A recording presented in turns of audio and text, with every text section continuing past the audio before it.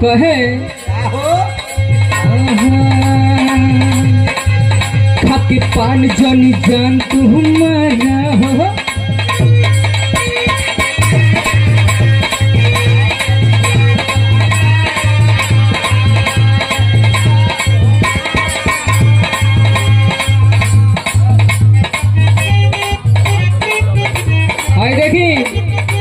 प्रभाकर यादव भैया इंजीनियर साहब भैया जी की तरफ से देखें सुंदर से पुष्पहार और 251 रुपया का आशीर्वाद प्यार सबके प्रणाम पे लगे हो।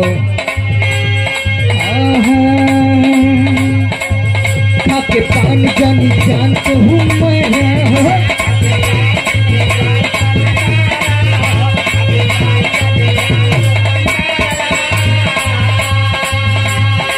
और विकास व्यापारी गाजीपुर के धरती से देखिए 100 रुपया का आशीर्वाद प्यार। खाके पान जानी जानते हूँ मैं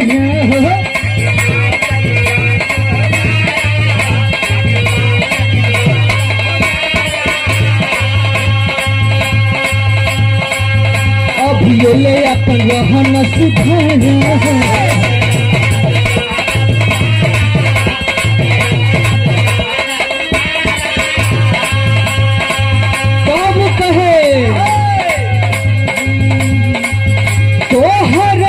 बाट है तनिक लाज रजे तोहरा न बाट है तनिक लाज रजे छन छन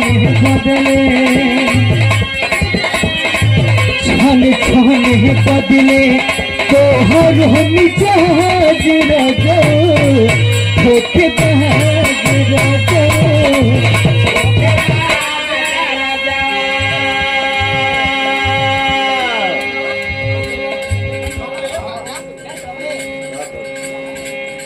देखिए रूबी अंबर जी की तरफ से देखिए पुष्पहार और 51 रुपया का आशीर्वाद प्यार। अब देखें मूर्त कवि जी यहाँ हम ही लोग नहीं है ना।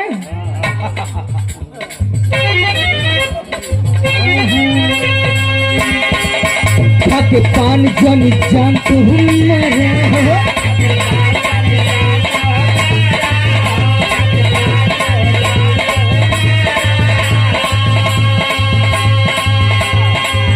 अभी ले अपन रहन सुधारा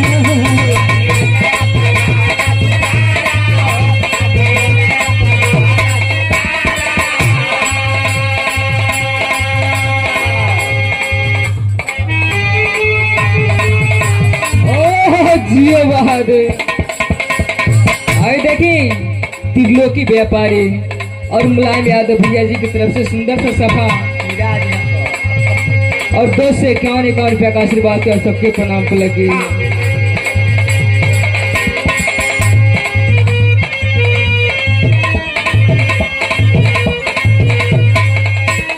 और अनिल यादव व्यापारी देखिए भैया जी की तरफ से दोबारा आशीर्वाद मिले 51 रुपया का। ऐसा ही मिला रहे तो ठीक है रहे।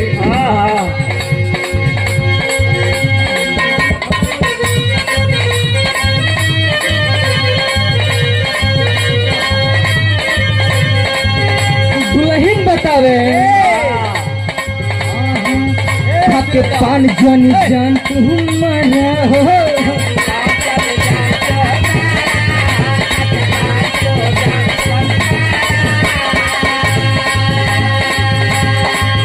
अभी ले अपन रहन सुधारा हो।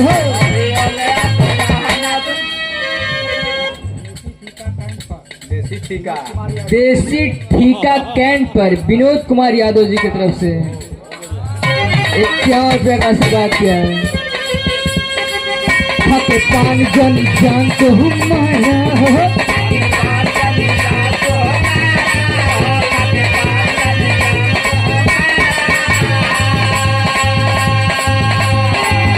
अभी ले अपन रहन सुधारा हो।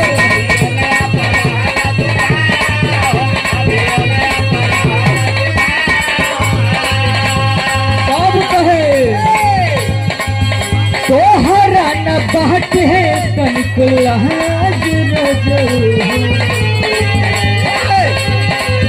तोहरा न बाट है तनिको लाज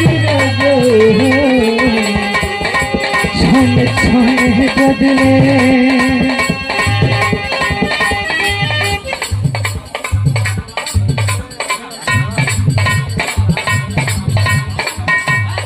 अच्छा, संजय यादव भैया जी धानापुर के धरती से अब बिरहा बहुत लोग का करवाते हैं, सपोर्ट करते हैं। आदरणीय चचा जी बताए रहे हैं, देखिए भैया जी की तरफ से 51 रुपया का आशीर्वाद है। तोहरा न बाट है तनिको लाज छन छन बदले छन छन बदले तोहर हम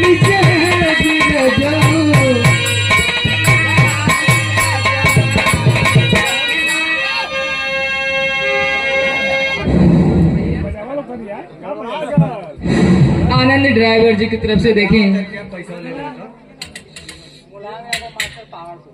मुलायम यादव मास्टर पहाड़पुर और पाछे से लेला।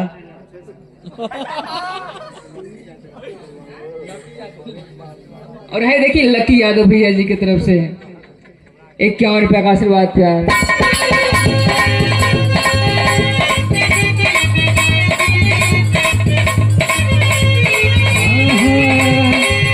तोहरा न बाट है तनिको लाज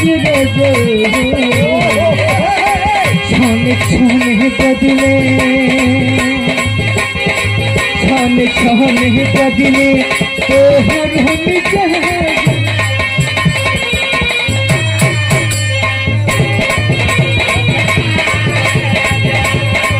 हम छन बदले तोहर हम धोखे धोखे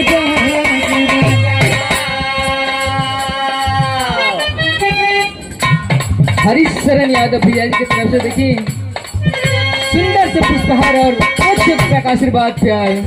गुरु जी तनिक चेंज करी, होली में आए।